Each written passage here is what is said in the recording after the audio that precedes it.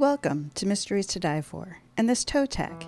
I am TG Wolff and I'm here with Jack, my piano player and producer. This is normally a podcast where we combine storytelling with original music to put you at the heart of a mystery, murder, and mayhem. Today is a bonus episode that we call a toe tag. It's the first chapter from a fresh release in the mystery, crime, and thriller genre. Today's featured release is Girl on Trial by Kathleen Fine. All right, we are going to jump right into Chapter 1 here. Chapter 1, Trial Day, January 7th, 2019. The alarm on Emily's phone chimed just as Sophie whispered in her ear, "Wake up, Emily, wake up." She opened her eyes widely, her body covered in sweat, her sheets soaked yet again. "Time to wake up." She heard Sophie's whisper get farther away, humming distantly from somewhere in her dreams, from somewhere in her nightmares. As she turned off the alarm, she tried to overlook the numerous text messages that surfaced from numbers she didn't recognize. "Die, killer. You'll pay in hell for what you did. Murderer. How can people I don't even know want me dead?" With shaky hands, she deleted the texts as a CNN report popped up on her screen, updating her on the trial of the year that was beginning that day. CNN breaking news. The biggest trial of the year begins today, January 7th, 2019. Emily Keller, also known by the media as Keller the Killer, is accused of causing the deaths of a family of 4, 2 of them small children. Only 16 years old, Emily is one of the youngest females to be accused of a crime so heinous. Emily buried her face in her pillow, taking a deep breath. She tried to hold back the habitual tears that were creeping out of the corner of her eyes. "I have to be strong today. No crying," she told herself as she rubbed her temples slowly. "I need to put on my protective armor or I'll never make it through today alive." She reached under her mattress, grabbed an orange pill bottle, and gave it a shake. The rattling sound of tablets comforted her. She poured 2 pills into her clammy palm and placed them gently on her tongue. Protective armor. "Emily?" Her brother Nate quietly inched open the bedroom door. "You awake? It's time to get ready for court." Without looking up at him, she nodded as she rolled out of the bed, trying not to think about how wrong the prosecution had the facts and how she could be sent to prison because of it. As she attempted to walk toward the door, her ankle monitor snagged on her lavender bedsheet.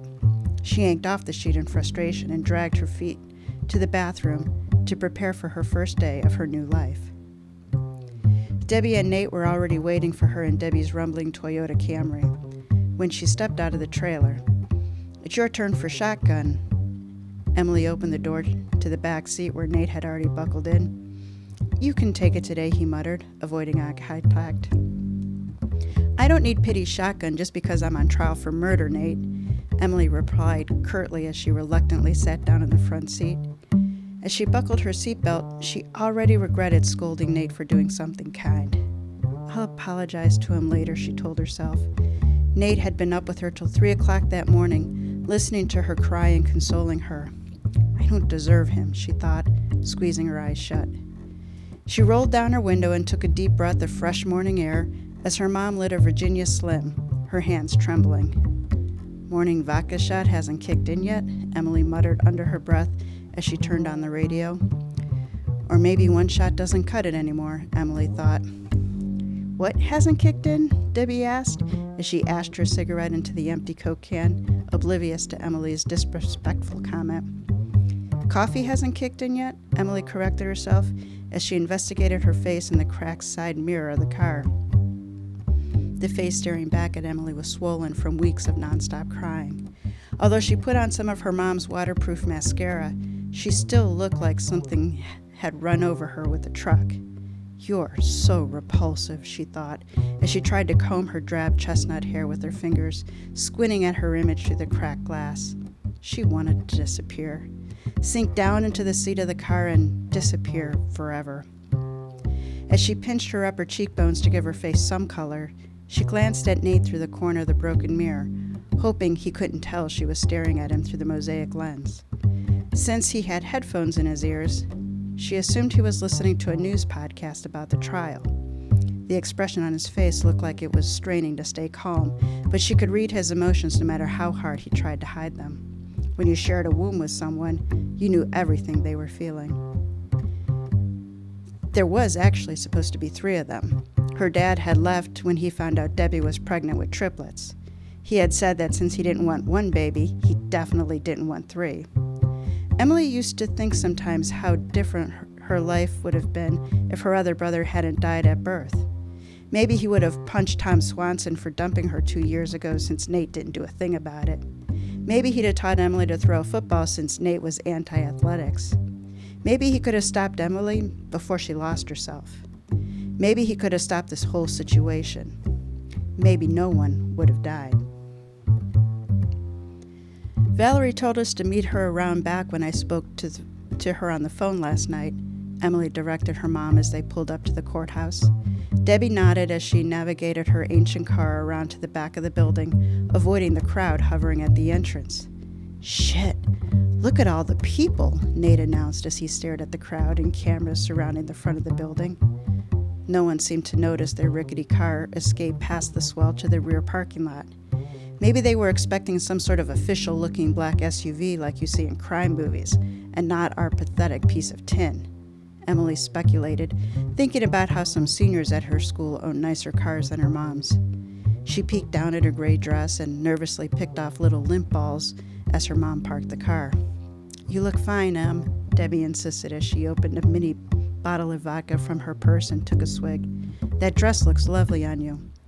Debbie had spent her tip money to buy Emmy new thrift store clothes for the trial. Emily was now pulling at the seam at the edge of the dress, making it unravel.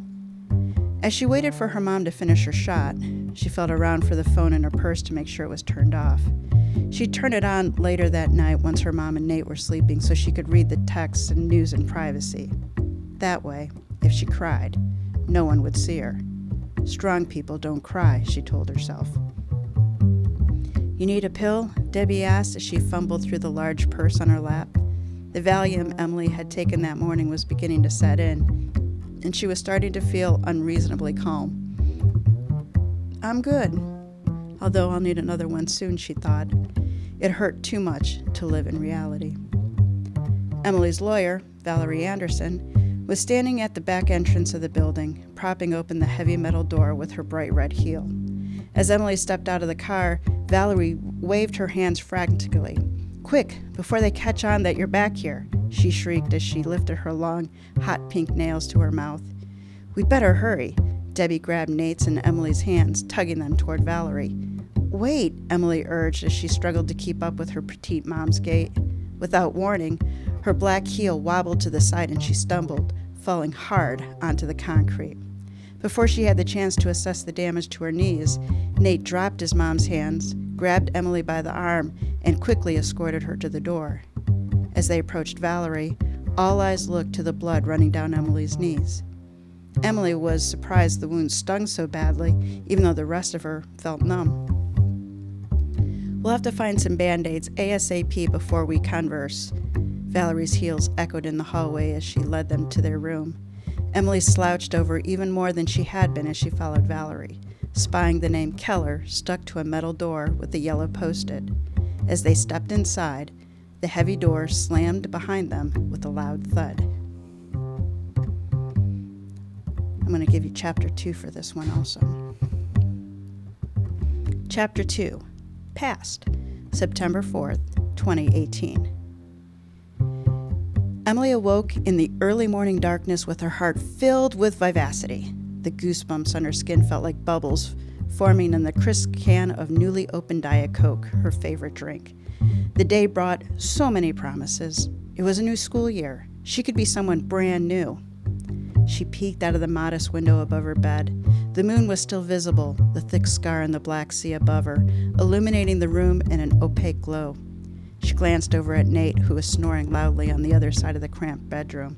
She noticed he had drool dripping down one side of his chin, a puddle of spit forming on his gray bedsheet. How can he sleep so soundly before the first day of school? She wondered. Quietly, Emily got on her hands and knees and felt for the vision board she'd made the night before, after Nate had fallen asleep. She laid the board out on her lavender bread spread, admiring the cutout faces of Taylor Swift, Kylie Jenner, and Gigi Hadid. "One day, I'll be like you," she whispered to the women as she rubbed her hands along the words she taped below their faces.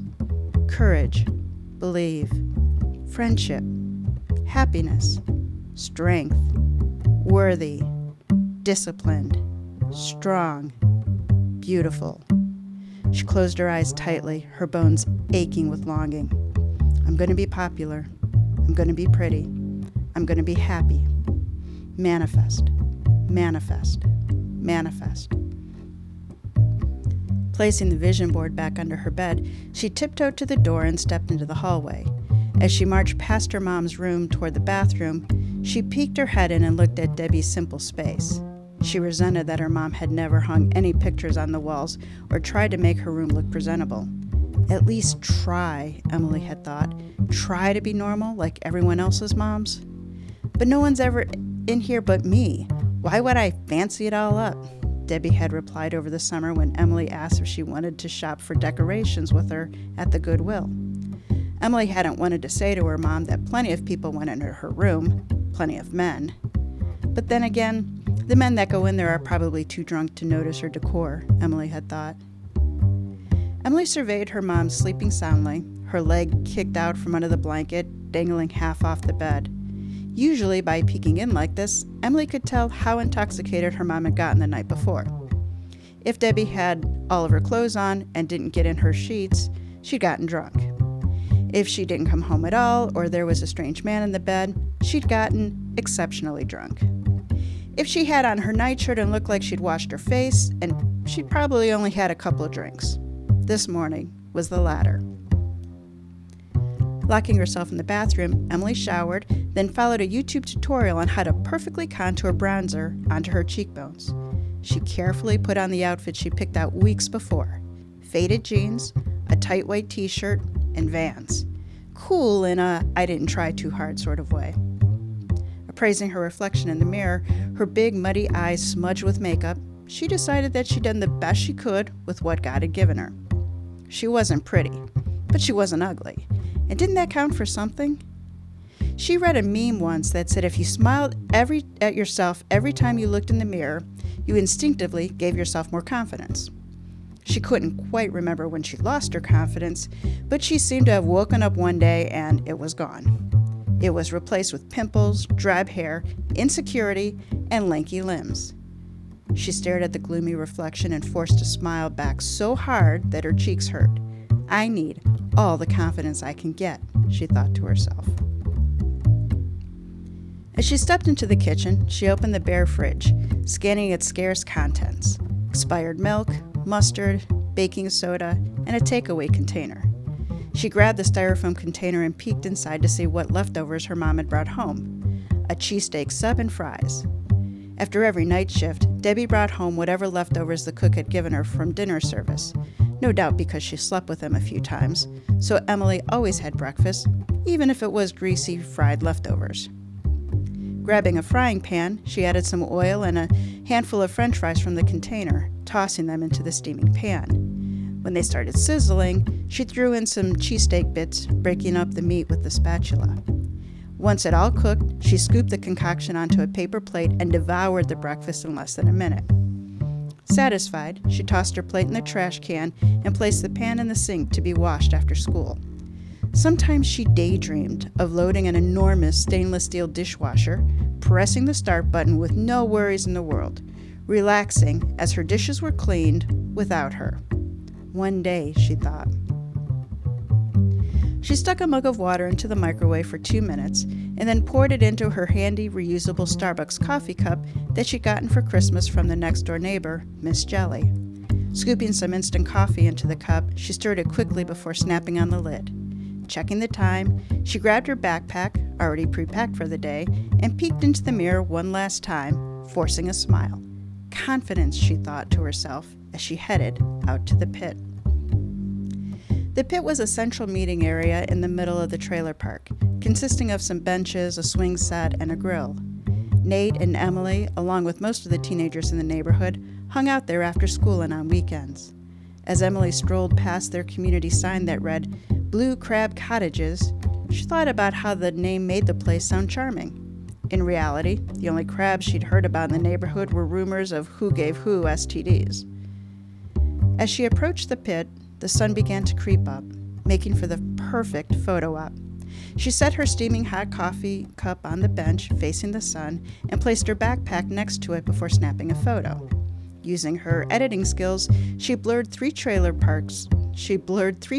out so just the sun, her backpack, and her Starbucks cup were in view, adding the rise filter to the photo. She added the caption, Morning latte and sunrise, soaking up the last morning of summer, and posted it on her page. It was amazing what some filters and camera angles could do to make her life look more glamorous. Checking the time again, she hurriedly grabbed her bag and coffee cup and headed back to make sure that Nate was up on time. She didn't want to miss the bus on the first day of junior year. As Emily neared her trailer, she noticed Miss Jelly sitting on her front porch rocking chair, wearing a fluffy purple raven's robe and pink slippers. She was adjusting a long silver clip that tightly held up her curlers against her stark white hair. Emily smiled, impressed how Miss Jelly had no shame in letting whoever walked by see her dressed in her nightclothes. Takes your breath away, doesn't it? Miss Jelly motioned, staring over Emily's shoulder. What does? Emily turned around to see what Miss Jelly was pointing at. Why, the sunrise, hun. Weren't you over there looking at the sunrise? She gestured back toward the pit. Oh, Emily faltered, realizing she hadn't had the chance to actually get a good look at the sun. She turned around and peered at the yellow yolk flirting its way up the horizon. It's beautiful, she agreed, looking back toward her neighbor. It's your first day of school this morning, right, hun? Miss Jelly took a sip of coffee from an oversized mug with the word Mom printed across it. Why does Miss Jelly have a mug that says Mom when she's never had any kids? Emily wondered. Yep, first day. Thinking about the possibilities of the day made her heart warm up like Miss Jelly's hot coffee. She was going to make a new friend if it killed her. Well, good luck, sweetheart. Why don't you stop by after school and have some carrot cake that I baked last night? I used purple carrots from my garden this time, so it has a lavender hue to it. You wouldn't believe it. Emily smiled at Miss Jelly's enthusiasm for trivial things in life like purple carrots. Sure, I love to, she said, happy to appease her. Miss Jelly was the grandmother she never had. Growing up, Miss Jelly babysat for Nate and her whenever their mom worked, and sometimes when their mom didn't come home at night, they'd creep over to Miss Jelly's house and sleep on her couch. She always left blankets and pillows out in case they ended up coming over. Her trailer was their sanctuary. As Emily opened the door to her own trailer and stepped inside, she heard the shower running and then turn off. Nate stepped out of the bathroom a minute later, wearing a towel and a gold face mask. Thanks for using all the hot water, he teased as he passed her. Emily handed him the Starbucks coffee cup and he took a sip. I still don't understand why you make coffee for yourself just for your stupid Instagram pics when you don't even like it. You should be grateful. You get coffee made for you every day, she teased back. I got 20 new friend requests last week from last week's post where I was posing in my workout clothes and holding that coffee. The one where you captioned it saying you'd gone out for a hike and blurred out the trailers? Yeah, she boasted. She'd done some research over the summer on editing photos and had perfected her skills. Guess your followers don't need to know you've never worked out a day in your life then, huh? He said. But wouldn't you rather make real friends than fake Insta friends? That's the goal, she mumbled under her breath. What? He asked. Where did you get the money to buy that face mask? She changed the subject, wishing she'd thought of doing one herself. He smirked at her before scurrying toward their bedroom. He walked past their mom's room, then hurried back to Emily. What's her status this morning? He whispered, then pressed his lips together firmly. Emily's face grew serious. Seems okay. Looks like she washed her face. Nate nodded, running his hand through his wet hair, and then headed back to their room. We have to leave here in 10 minutes, so you better hurry up, she shouted, hoping she was loud enough so that he would hear her. She sat down on their pilled tan couch that they bought off of Craigslist and scrolled through her Instagram feed. She noticed a couple hearts popping up on her post that morning. 5 likes so far. Manifest, manifest, manifest. Nate stepped out of the bedroom exactly 5 minutes later, dressed in jeans and a play gray shirt. How can he look so good in 5 minutes? Emily marveled at his remarkable handsome face, tan skin, hazel eyes, and messy, tawny hair. She wished she had inherited just one of those beautiful features that he had. It wasn't fair that they were twins and yet looked so different. The girls will go gaga over you today. Not that you'll notice, Emily thought, before she snatched her backpack and tossed him his. Let's get this show on the road, he exclaimed as he grabbed his coffee and draped his arm around her shoulder. My first day of 11th grade is going to be epic. I can feel it, Emily manifested as they stepped out the door and headed toward the bus. All right, so there you have the first 2 chapters of Girl on Trial by Kathleen Fine. The Girl on Trial was released from Can Cat Books and is promoted by Partners in Crime Tours and is available from Amazon and other book retailers. Links are in the show notes. So let's find out a little bit about our author. Kathleen Fine received her master's in reading education from Towson University and bachelor's in elementary education from the University of Maryland, College Park. She is a member of the Maryland Writers Association, International Thriller Writers, and Authors Guild. When she's not writing and selling real estate, she enjoys spending time with her family, traveling to the Outer Banks, and of course, reading anything she can get her hands on. She currently lives in Baltimore, Maryland with her husband, 3 children, and Sussex Spaniel. Her short stories have been published in Litro Magazine, Pen in Hand, the Maryland Writers Association Anthology, and the Indignor Playhouse Anthology. Girl on Trial is her debut novel. All right, so here is my review. So Girl on Trial, depending where you're looking, it's actually listed in a couple different genres. The way I received it was as a YA contemporary mystery thriller. 16-year-old Emily Keller, who you just met, has one goal her junior year of high school, to fit in. But making friends and being popular takes Emily down a dangerous path of drinking, pills, and sex. Now the family she babysat for is dead, and Emily is accused of leaving the stove on, causing carbon monoxide poisoning. Bottom line, Girl on Trial is for you if you like legal suspense coupled with interpersonal drama. Okay, so let's talk about the strengths of the story.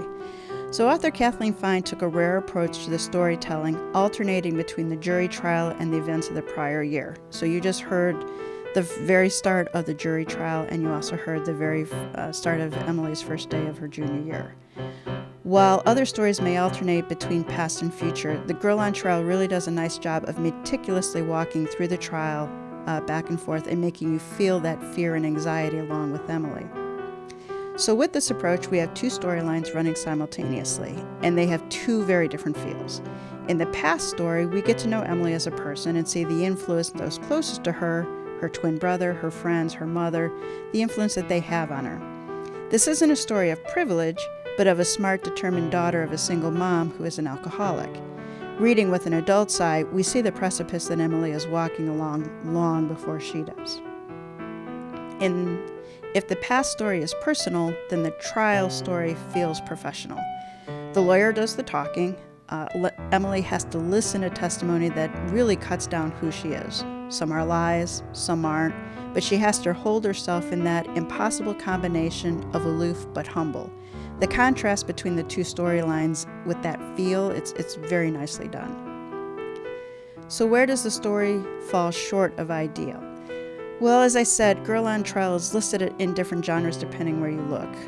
And it's legit because it's hard to pin down on genre. I said it was listed for me as a young adult mystery thriller. And I would argue that it's neither a mystery nor a thriller. So it's not a mystery in that there's not a crime being investigated and none of the characters are working to uncover information to resolve the situation. It's not a thriller because it lacks that fast pacing and that physicality and the risk of mortal danger to the hero. Emily definitely is in danger of incarceration, but she's not in mortal danger. So when you kind of look at the classic definition of mysteries and thrillers, not a lot of boxes are checked. However, if you classify it as a suspense, that's when you really start checking the boxes. The pacing is methodical, the plotting through the school semester and the trial, it really drives the tension psychologically, and you find yourself just waiting for the other shoe to fall. So on the suspense side, it really does excel. Some readers may, or some maters find that the time element is challenging, as I did.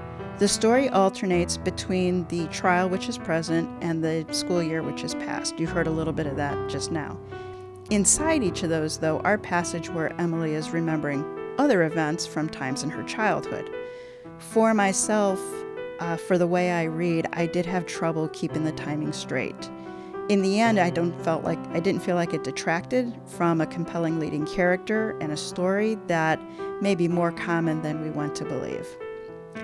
So if you're one of those readers who, when people say, "What do you read?" and you say, "I read everything," this book should really appeal to you. For a crossover reader or for somebody who's in the mood for something a little different, pick up Girl on Trial and give it a try. Like it, love it, write a review. You know, we get to the end of these and it's like my mouth forgets how to talk, also forgets words. Read Girl on Trial, write a review, help other people find this very powerful story.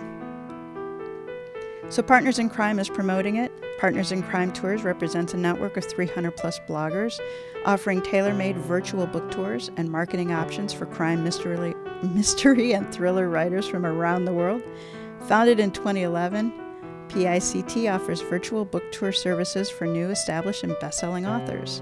They pride themselves on tailored packages with a personal touch from the tour coordinators. I can attest to Gina and her team. They do an incredible job. For more information, check out their website, partnersincrimetours.com. The link is in the show notes. Join us next week for Mysteries to Die For Season 6, Episode 9, The Odd Arrival of Jack in the Box by Susan Wingate, where a very twisted version of a Jack in the Box is our featured Jack. With that, I'll turn to my Jack and say, "All right, honey, take us out."